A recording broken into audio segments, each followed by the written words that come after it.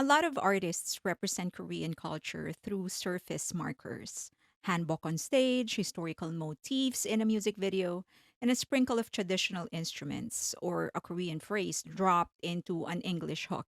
It's visual, immediate, and easy to decode, but very few artists carry Korea in the structure of their work. BTS has always done that. Their identity is woven into the emotional architecture, the philosophies underneath their lyrics, the way they approach love, loss, ambition, duty, family, community, and selfhood. And this is why comments about BTS being so Western often miss the point entirely. Western influence is present, of course: hip hop, R&B, post-internet production, and global pop vocabulary. But the core is unmistakably Korean, not symbolically Korean, culturally Korean. Other groups often build narratives around confidence, rebellion, or emotional spectacle, but BTS tends to build around introspection, social responsibility, vulnerability, collective belonging, and the friction between self and duty, all deeply rooted in Korean values. This series is about that foundation: how Korean culture is not just an aesthetic for BTS, it is the engine, the foundation, and the driver. And we begin where the engine is clearest, with RM, the member whose lyricism, taste, and intellectual world carry some of the most direct lines back to Korea's poets, painters, philosophers, and emotional traditions.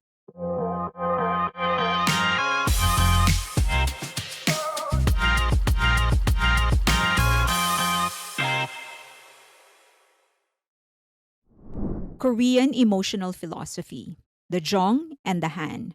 One of the least discussed aspects of RM's work, and arguably the most essential, is how deeply it is rooted in Korean emotional philosophy.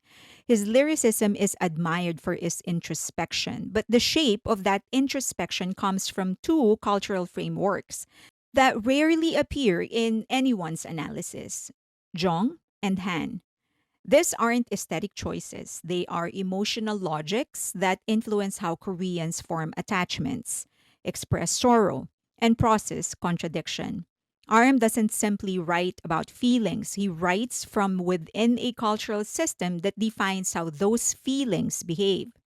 Let's first understand Jong. Jong is an attachment that develops slowly and binds strongly. It is affectionate, persistent, and sometimes irrational. A person feels Jong toward cities they complain about, toward people they fought with, toward memories that were painful but formative. It's the force that makes someone remain loyal to something or someone they don't always enjoy. RM uses Jong whenever he writes about relationships he cannot detach from, with Soul, with his younger self, with the routines of everyday life. Jong explains why affection remains even when logic tells him to let go. Then let's understand Han. Han is quieter and more enduring. It's a form of sorrow shaped by history, resilience, and refusal to collapse under hardship. It contains longing, frustration, regret, and unspoken ache. Unlike Western narratives of catharsis and Eastern narratives of sorrow, Han does not require release. It is carried with dignity. In RM's songs, instead of seeking resolution, he allows the melancholy to exist, to stay, to be lived with. This emotional endurance is intrinsic to Han's structure. Now, these two actually meet in his songs. RM's most powerful work is actually built at the intersection of these two concepts.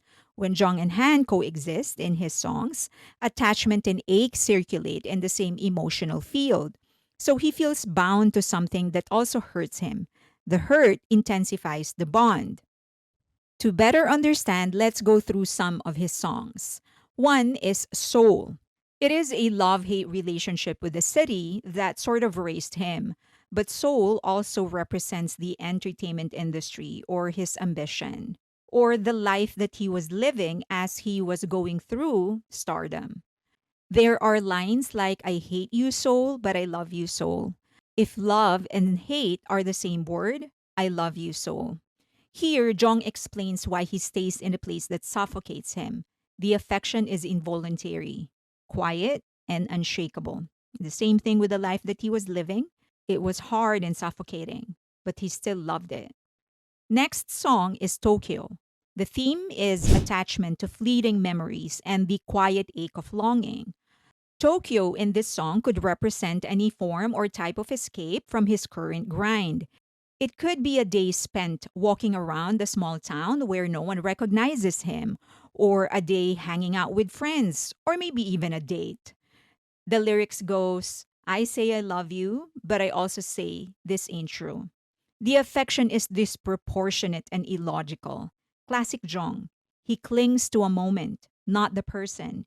He knows whatever he felt was not necessarily what he wanted, but a mere escape from the grind he was facing daily. Next song is Forever Rain. This is the desire to be swallowed by quiet sadness. The lyrics goes, when it rains, I get a little feeling that I do have a friend. I wish it rains all day. The rain mirrors his sorrow. This is Han enduring sadness with calm acceptance. And then in Wildflower, he goes, a flame swallowed me whole, this hell. Please take my desire away from me. Han sits in the longing for a younger self he can never return to. It's about the loss of innocence and the burden of fame. When RM fuses these two concepts together, Jong and Han, they create an emotional core of RM's most introspective songs, simultaneous attachment and sorrow.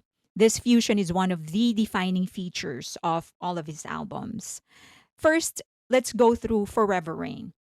The lyrics goes, when it rains, I feel like I have a friend. You feel the attachment towards the rain. That's Jong. There's also sorrow reflected in the rain, and that's Han. The object of comfort, rain, is the very thing that represents his sadness. That's Jong and Han together. Next song is number 2. The lyrics goes, even if I leave, that doesn't mean I'm gone. The us from then fades like a dream. Jong is the bond that remains, and Han is the sadness of release. In these lines, the pain exists because the bond still matters. Remember, Jong is the bond, and Han is the unreleased sorrow. In this song, he's talking about physically leaving, but couldn't detach himself. And in the second line, he talks about being physically there, but who were they before? That's already gone. These songs illuminate how RM's emotional world is constructed. The depth is not in the level of sadness, but in how these feelings coexist. RM writes as someone who carries attachment and ache simultaneously, in a manner that is distinctly Korean and deeply resonant. But these angst don't lead to rebellion or the desire to escape. It's more about acceptance and making the most out of what he got. Next, the poetics of Korean literature, from Kim So-wol to Yoon Dong-ju.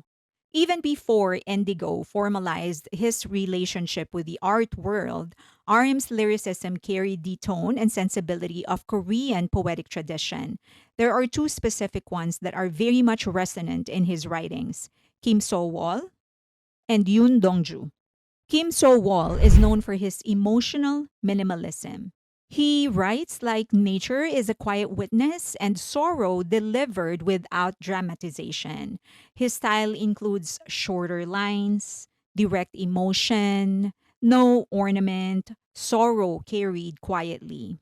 One of the most famous passages in his poetry is from Azaleas.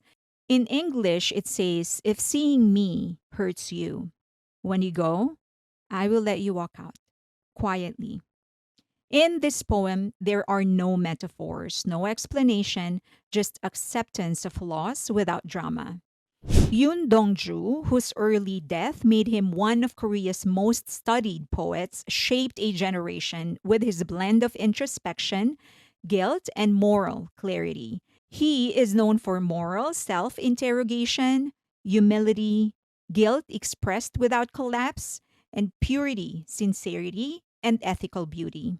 One of his popular poems, Another Hometown, and one of the most popular passages says, "Wherever I live in this world, I live so that I may look up at the sky without any shame." The center of his identity isn't really ambition, but integrity. And let's look at how RM channels these poets in his work. From Kim So Wall, Tokyo is actually a good example. It has minimal description, maximum emotional residue, and it goes lost in Tokyo. Sowell's poems often place a single word against a vast emotional landscape, and that's what RM did. Tokyo was the emotional landscape, and he was lost in it. RM uses the city name as the entire emotional frame. No embellishments, no architecture, just one sparse image carrying longing. Next song is Everything Goes. In this song, there is no resolution. He just accepted it. And sorrow is actually stated very, very gently. The lyrics goes, "It hurts, but it's okay." Sowell's poems rarely fight emotion. They acknowledge it and let it sit. And RM's acceptance, not triumph over it, actually mirrors that tone. Now let's go to Yoon Dongju. The song number two from Indigo projects reflection as accountability, and the lyrics goes, "Even if I leave, that doesn't mean I'm gone." Dongju's lines often acknowledge the lingering responsibility one has toward their past. RM sits in that same awareness. The past doesn't disappear simply because he walks forward. Next song is Wildflower. In here, hope is carried humbly, and guilt is carried ethically. The line goes, "Please take my desire away from me." Dongju writes often of wanting to remain pure or honest in a world that corrupts. And RM echoes this. His plea is not for success but for integrity. And this is a classic Dongju, a desire for ethical clarity in the middle of chaos. Where many lyricists push emotion outward, RM turns inward, following a poetic tradition that understands reflection as duty. His quietest lines often carry the most weight because they mirror the tone of Korea's most influential poets: observational, ethical, and melancholic without theatrics. Next is the influence of Buddhism, existentialism, and the search for quiet self. RM's lyrics often operate in two planes: daily life and metaphysical questioning. The Buddhist influence is unmistakable. Concepts like impermanence, detachment from ego, and the struggle between the small self and the great self appear repeatedly without being framed as religious. Songs across Mono and Indigo, even RPWP, echo classical Buddhist dilemmas. What does a person become once ambitions fall away? How much of identity survives without an audience? What remains when greed is stripped from desire? But existentialism sits beside this, especially the lineage of modern thinkers who approach life as responsibility rather than escape. The tension between Buddhist acceptance and existential questioning is one of RM's most consistent narrative patterns: the pull towards clarity and the push toward conflict. His music lives exactly in that space. Let's look at where Buddhism is actually reflected in some of his songs. And let's start with Wildflower. The line goes, "Please take my desire away from me." The explicit request to release desire mirrors the Buddhist idea that craving creates suffering. It's not a rejection of life, but a search for an unburdened self. Next, next song is Forgetful. The lyrics goes, "I forget things easily. Maybe that's my blessing." In Buddhism, it is encouraged to let go of attachments, of expectations, and of identity markers. Forgetfulness in this song is portrayed as release. Now let's go where existentialism is reflected, and we can start with life. The line goes, "Was I born to live or born to die?" He questions the meaning of existence while accepting responsibility for defining it. This is existentialism at its core. Meaning is not given, it is made. Next song is Adrift. The line goes, I don't know where to go. Humans are thrown into existence without clear direction. The anxiety of possibility becomes a condition of being alive. RM, however, does not dramatize. He sits in the absurd. He just lets it come and he settles into it. And that is Buddhism. Next is post internet identity and the weight of modern life. Okay, yes, this is not classic Korean literature style or architecture, but still forms a part of Korean culture. Because if there's anybody who knows how fast advancement is in technology and how it actually shapes people and their culture, it would be South Korea. And RM is one of the few mainstream artists who write explicitly from the psychological condition of the digital era. The collapse of boundaries, overstimulation, artificial intimacy, and algorithmic pressure shape all day. Hectic, and several pieces throughout Mono and even RPWP. But rather than romanticizing escape, RM questions whether escape is even possible. Can a person stay whole while being perpetually observed? Does reflection survive when attention fragments every second? And where does the self go when the world is loud? Let's go through some of the songs where this are actually reflected. And we can start with Lonely, one of my favorite songs in Indigo. The theme of the song is digital intimacy that feels empty, isolation surrounded by connection. And one of my favorite lines, although it sounds very simple, is I feel lonely. Because this reflects artificial intimacy. You're surrounded by the masses, messages, fans, and attention, yet emotionally unheld. RM echoes a paradox of online life. The more accessible you are, the less seen you feel.